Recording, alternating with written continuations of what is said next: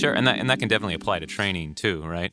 And we're Absolutely. talking about volume. You can kind of have two approaches. I heard you outline recently in a video, basically the max recoverable volume or the minimum effective dose. Yeah. And I'm trying to think of PH3, that's a high volume program. Yeah. Maybe, a beginner might approach that and think like, well, I can do it just because I want it so damn bad. It's funny. Actually, I had somebody reach out to me and they're like, oh, well, I tried PH3 and I made good progress on it, but then I backed off to a lower volume program and I made better progress. So obviously, low volume works better for me. No, you weren't ready for PH3. Yeah. That was the difference. PH3 is not for the person who just started lifting. It's not even for the person who's intermediate. In fact, as Chrissy knows, I wanted the Wilks entry score to be 350, not 300. Oh, I recall that. And the guys at the big wigs at Bodybuilding.com came back and said, there's nobody at the office that really fits these requirements. So we feel like we need to relax them a little bit. So no problem. We relax them. And obviously people have had great success with it. The average increase, we did a statistical analysis of over a survey of 100 people. And the average increase on the 3-lift total over 13 weeks is over 100 pounds. And that includes women put on an average of almost 80 pounds on their total. That's pretty awesome. Men was like 114, something like that. Women actually responded better to it than men did, pretty interestingly.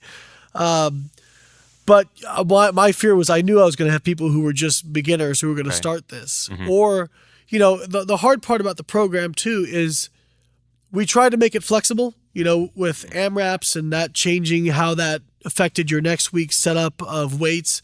But at the end of the day, it is a little cookie cutter. You can't be completely flexible with it. And people say, oh, Layne, do you do PH3? Well, the concepts that are in PH3, I absolutely use. But do I use that specific program? No, when I was getting ready for Worlds, that program would actually be too low volume for me. Now, that doesn't mean it's low volume for everybody, right? For most people out there, that's going to be a really challenging high volume program. So, and people, we did have people say, oh, well, I had tendonitis come up while I was on PH3, or I had this come up. Yeah, I mean, that's, when you train hard, those things happen. And this is some criticism I've gotten is people will say, well, look, I'm dealing with lower back issue right now. I have a bulge disc as well as a herniated disc. Last year, I had a hip injury as well as two herniated discs in my neck.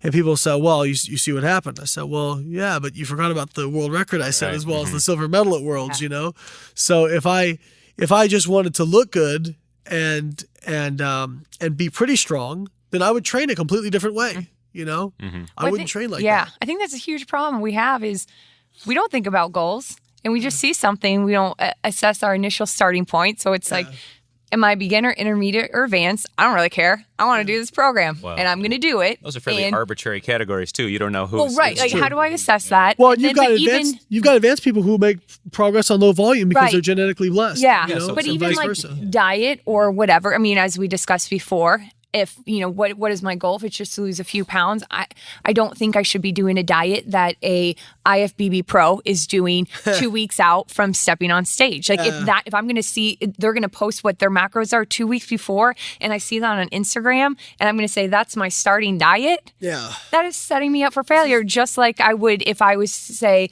this is my first day ever, and this is an extreme case, but first day ever in a gym, I'm going to do PH3. Yeah, a very extreme. But I mean, you do see people in the gym every day who will probably say, you know what, I feel good. I'm going to push it so hard today. Tomorrow, I don't feel good. I'm going to dial it back this much. Yeah, and that's when you do this. Yeah. Right. It's just that idea I'm wondering of how do you get that person on a... Yeah, just like kind of seeing all these like fancy, shiny things and being like, I want that. And I want that. Yeah. And then not knowing, like, bring it back in. And how do I know what works for me? And like you call it the sniff test, and I love that. It's like, is this for real? Well, that's why I like the concept for a program of minimum effective dose. Yeah, right. Like that's why I like that. Because so for Gen Pop, you like the minimum effective dose, even for advanced athletes, because I think max recoverable volume and minimum effective dose are actually really close together. Yeah, I think they're really close together. Okay, but I know how the personalities are in the fitness industry and in bodybuilding and powerlifting. And if I say max recoverable volume, people are going to go ape shit, right? Whereas if I say minimum effective dose, they'll pull themselves back a little more. Now, that doesn't have to be static either. When I was 4 weeks out from Worlds and trying to peak, we were going for max recoverable volume. In fact, we were I was definitely overtrained heading into the last week, but that's what elite athletes do is they overtrain purposefully, and then they do a taper, and they have like a rubber band snapback effect, and you get you actualize gains, as I call it. But yeah, this is why I don't post like my macros that often, or my diet, or my training.